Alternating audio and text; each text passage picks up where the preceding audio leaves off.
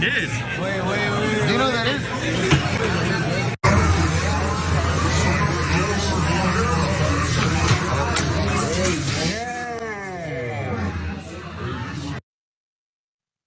Bigot, neo-Nazi, and Ye's best friend, Nick Fuentes, decided to have a little burger out while he's in Los Angeles. In fact, in Hollywood, at that In-N-Out burger there, he's like, this is a touristy spot. You know, I always wondered what the special sauce was in those burgers.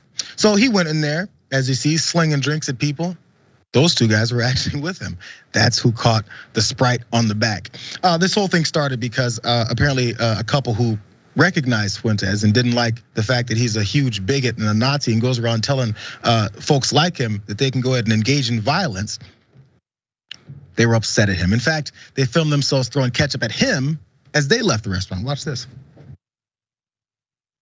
It is Nick Fuentes. He pretended that it wasn't him, but it's really him. What the Nick Fuentes? You racist? So after getting called out and yelled at, ketchup was tossed. He got upset, took several minutes to process it, then decided to throw his drink on his buddies. In fact, one of those buddies talked about it. And since people were saying, yo, Nick Fuentes walked in and started throwing sodas, he said, no, that wasn't the case. That Nazi came in and he was attacked first. Watch that.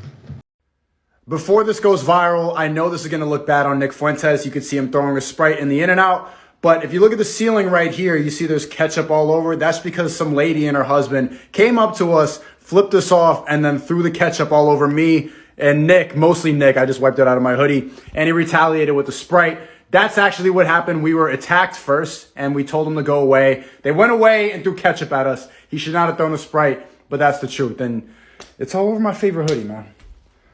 Well, that guy at the hoodie right there with the backpack on said, tried to straighten up the whole thing there when it came to who started the food fight that Nick Fuentes then engaged in that included his buddies. And he mentioned my favorite hoodie of all time. That guy's name is Sneeko. He was hanging out with Fuentes. He's the newest member of this band of idiots, I suppose, that surround themselves with Kanye. But he's the one who's then joined them on this whole campaign, if you can call it that, for president that Ye's talking about. But the whole thing with him pretending to be someone else was part of this cowardice when he comes out and sticks his face in public. Hey, be proud of who you are, bro. I thought you're supreme. Let's go to those details. So before that drink toss, Fuentes had apparently been confronted by diners and initially pretended to be someone else, which you heard those folks saying in that video. The customers then threw ketchup-filled paper cups at him while walking out. And he lashed back with that whole drink thing. Police were not called to the scene though, and Fuentes left shortly after throwing that drink. So more on Sneeko, as since I pointed him out, and I'd never heard of him, apparently he's well known enough that he's hanging around Nick Fuentes. So he's a racist YouTuber as well, according to the Daily Beast, who achieved internet infamy by urging pedestrians to say the N-word. He's joined the ranks of West's expanding informal 2024 presidential campaign. His name is Nico Ken de Balthanese, better known as Sneeko. He said on Monday night that he's taken a hiatus from live streaming to focus on his new role with the anti-Semitic rapper Ye. Here he is in this picture that we saw when Ye was announcing his upcoming presidential run with Milo, then recording him. And there's Sneeko sitting over there on the right side of the corner. As you can see, there's a line of senators and congressmen, Republicans and Democrats lined up. These are the family of Brian Sicknick, who was one of those officers who died after the January 6th attack. Look at the handshake line and look who they're skipping. Mitch McConnell skipped over. Kevin McCarthy skipped over by all members of that group. Why, might you ask?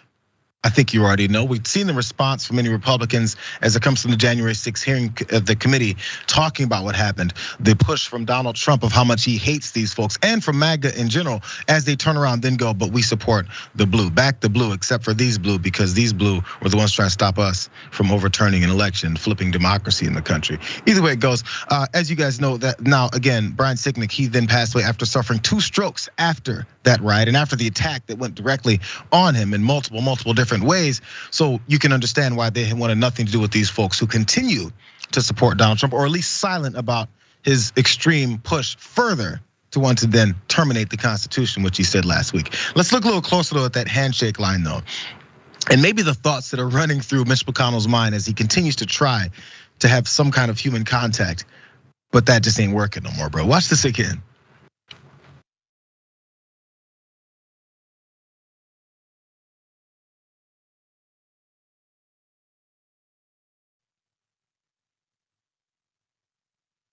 Awkward. Maybe, no, there's a wave. Maybe. At this point, he realizes they're not messing with me anymore. Oh, what a sad old turtle man. This is the thing, though. Mitch McConnell I feel like he's been in these situations before. People have snubbed him. People have called him out directly. People have asked him questions on cable news shows.